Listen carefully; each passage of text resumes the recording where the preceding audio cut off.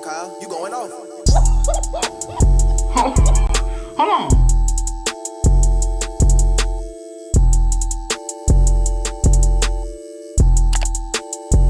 You need to leave. Bruh. What's good, y'all? It's your boy Cam back with another YouTube video, and today we're gonna be checking out Jordan Peterson debates a feminist. I tried to react to one of his videos, but it got blocked. You know what I'm saying? They don't want to hear the truth, bro. So, you know what I'm saying? I had to take it down. But yeah, hopefully this doesn't get taken down. That's why I have to blur it like this. Sorry. But yeah, man, before the video starts, smash the like button, subscribe if you're new, and comment down below what else I should react to, or DM it to me on Instagram. It should be in the description. And send the link too, because when y'all send me stuff, it's hard to find them. So send me the link too. And let's get right into this video, man. Jordan Peterson debates a feminist. Let's get it. That young women are encouraged a lot. Hold on, what? I think that young women are encouraged a lot, which is fine as far as I'm concerned. But I think that that's less true for young men now, because we believe that there's something pernicious about male competence and activity. It's part of I suppose it's part of the notion that the best way to characterize Western society is as a tyrannical patriarchy, which is a appalling doctrine as far as I'm concerned. How come is that? Well, it's not a tyrannical patriarchy. So it's not tyrannical, that's the first thing. Certainly not compared to any other governmental form that currently exists and has ever existed. And it's not essentially patriarchal, unless you believe that women haven't contributed in immense part to the construction of what we have now. So, and I also don't believe that, to the degree that it is patriarchal, that its structure is dependent on the expression of power, arbitrary power on the part of men. I think that happens sometimes, but only when things go wrong. What you're doing and doing now as well is challenging the idea of gender equality that is very important in Scandinavia. I think it's as you probably know. Why do you think that can be a problem? The idea of gender equality. I don't think that equality of opportunity is a problem. I think that's a great thing, and that anyone with any sense champions equality of opportunity. I mean, even if you're purely selfish, say, and purely self-centered, you'd want to set up an economy where everyone who had ability could be maximally exploited by everyone else, because then we can all benefit from each other's talents. And so equality of opportunity is an absolutely useful fundamental principle. So where's but the that problem? has nothing to do with equality of outcome. Those things aren't even in the same conceptual universe. And to strive for equality of outcome is, well, it's a fool's game and likely to be extraordinarily, it has proved to be in the past, extraordinarily dangerous as well as impossible. So, I mean, one of the things we know, for example, is that, I don't know to what degree it's common knowledge in Scandinavia, but the biggest differences between men and women in the world in terms of temperament and interest are in Scandinavia, and they've maximized as a consequence of your egalitarian policies. What do you mean by that? It means that the more egalitarian your state, the bigger the personality differences between men and women. That's like How do you measure that? How do you know that? Oh, well, psychologists have perfected, at least to some degree, the measure of personality over the last 30 years with very advanced statistical models. And so what you do is She is not liking what he's talking about right now. Well-validated tests of preference and of personality. And you do that all across the world with tens of thousands of people in multi-country samples. And then you look at the difference between men and women. And then you rank order that by wealth and egalitarian social policy. Yeah. And what you find is the more egalitarian the society, the more different the men and women become. Is this something you can recognize, or is it? I would say, for me, it's quite a simple question, actually. Do we want that our sons and daughters should have the same opportunities and the same dreams or hopes for the good thing, or no? And for me, it's simple to answer that. It's yes, of course. So for me, equality and gender equality is very, very important. For me, also when we talk about gender equality, it's important for me to learn my daughter that her mom can lead, and show the way, and her dad can hug and kiss her and show feelings. And I think that's something very important for the hoods where kids grow up, to show feelings, to have these gender equality discussions, to show her a way of opportunities and to strive forward. And it's important both for lonely men, lonely young men, but also for women that feel this roof of glass. They need to fight and to struggle the roof of glass to be successful in their lives. Do you agree on this? I think that equality of opportunity is a perfectly reasonable proposition. I mean, I have a daughter and a wife. I do everything and many female clients and who I've consulted with and helped, and in many cases helped accelerate the development of their career tremendously. It's obviously of great utility to encourage forward striving in young people and people in general. That's not the issue in the least. The issue is the outcome. Yeah, well, then why do you think the outcome, and these countries where the outcome is more equal, why do you think that leads to bigger differences between sexes? Because there's only two reasons that men and women differ. One is cultural, and the other is biological. And if you minimize the cultural differences, you maximize the biological differences. Yep. So I know everyone's shocked when they hear this.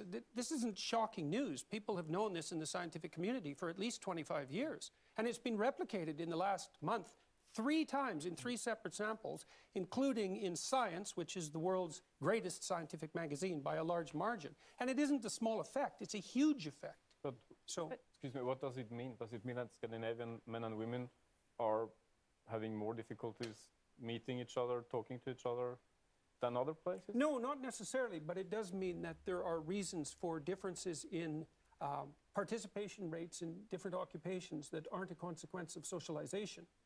So, for example, this is especially true at the extremes. So, for example, on average, men are more interested in things and women are more interested in people. And that's actually the biggest difference we know of psychologically between men and women.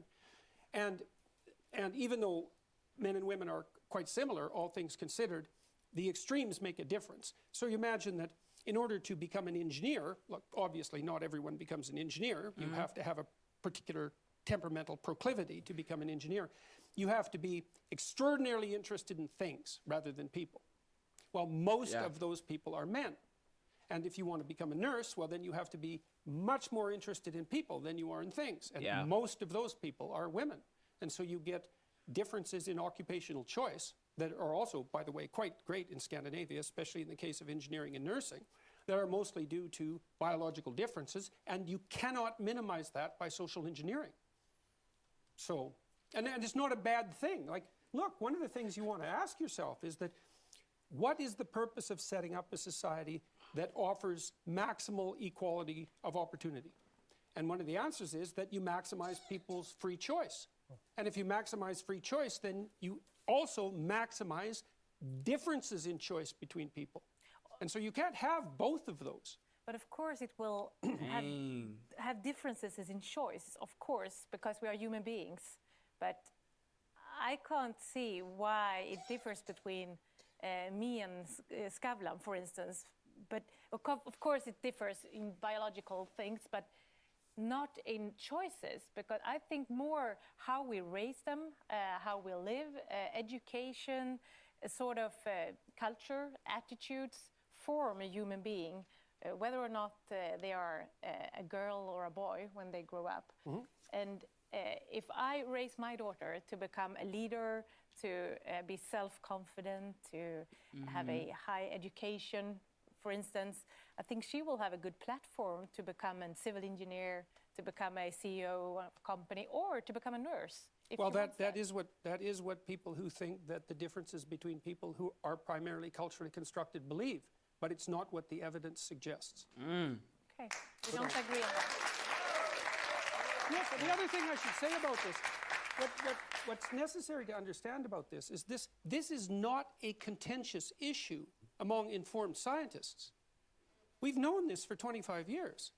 And so, and it's a perverse effect. No one expected it. Isn't the real problem that quite a lot of men and also young men are struggling to deal with the fact that women now are more in control of their lives than earlier? Yeah. I don't think that's the problem. I think the problem is that the idea that the West is a patriarchal tyranny is rapidly translated into the idea that young men who strive forward are to be regarded with suspicion because they're doing nothing but manifesting the same sort of tyrannical power that has kept women oppressed for the last 2,000 years. And I think that entire narrative is appalling right to the core. So, and I don't see that it's helpful to anyone, because making young men weak or failing to encourage them to be strong, that's a better way of putting it, certainly does the young men no good, and it doesn't do the young women any good at all if they want to find a partner. So you're saying that all along, women and men have Because they won't want a the feminine same guy. opportunities, always. No, I'm basically saying that all along, hardly anyone had any opportunities. I mean, if you look at the history of the world, things really started to shift in about 1895, but before 1895, the typical person in the West lived on less than $1 a day in today's money, which is about 2/3 the UN cutoff for abject poverty by today's standards. And so what happened through most of the history of the world is that men and women struggled mightily together, sometimes at each other's throats, but mostly cooperatively, to keep the wolf from the door and the tyrant at bay. Life was very, very, very, very difficult. And the fact that we survived it all meant that fundamentally we cooperated, despite the fact that we're rife with stupidity, ignorance, and malevolence. But what's so terrifying with gender equality? Nothing. So curious. Except when people gerrymander the data.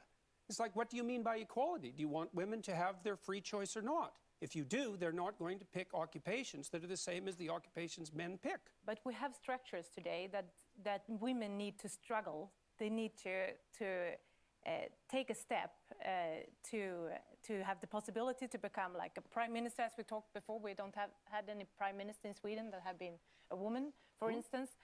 We have a lower rate of female entrepreneurs.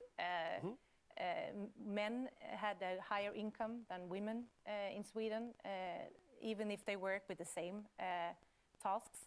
And we need to work with. That's one that I would We need to work dispute. with gender equality, I think, even in the lower class in schools, to learn kids how to play with dolls, or how to boys how. We need to. I think we need to learn boys to be more sensitive, but also young girls to become more self-confident. And I think that's very important to. Well, build the problem with safety. that is the data indicate that the consequence of the policies that you're promoting have maximized the differences between men and women. So that isn't what it's doing. Now, that isn't to say that the movement towards egalitarianism is necessarily a bad thing, but tremendous amount of that's being driven not by social policy, but by technology.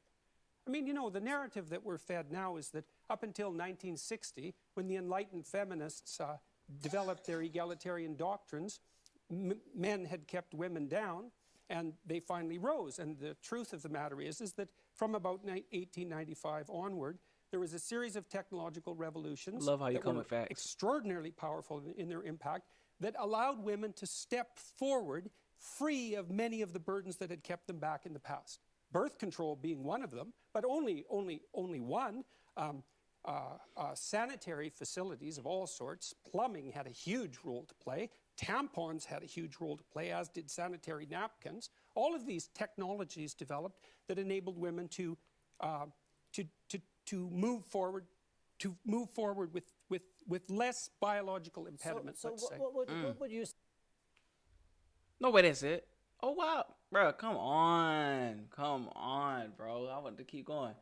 Hey, man, yeah, that's the end of the video, bro. I think he was speaking. I wanted to read some of the comments, though. Hi, my name. I wanted to read some of the comments, though. Hold on, give me 1 second. Let's read some comments. Yep. Jordan, facts, statistics. Annie, but my feelings, I think. That's what I'm saying, bro. He's coming with the facts, and she's trying to. How can you rebuttal like facts, bro? But she was holding her ground though. She was holding her ground. I gotta give her that too. Must be feeling some sort of intellectual loneliness, sitting talking to himself. Yeah, I don't think they listening to him, bro. She definitely not listening to him. She ain't trying to hear nothing he trying to say. Hey man, but you let me know what else I should react to by Jordan Peterson. But like, does he do more debates, or like, is there a part 2 to this? Let me know if y'all want me to check it out, bro, and I'll definitely check it out. Let me know how you feel about this, bro. Are you on Jordan's side, or are you on like the feeling side? You know what I'm saying? But yeah, man, that's the end of the video. If you enjoyed, like, comment, subscribe, and I'm gonna see y'all in the next video, man. Peace.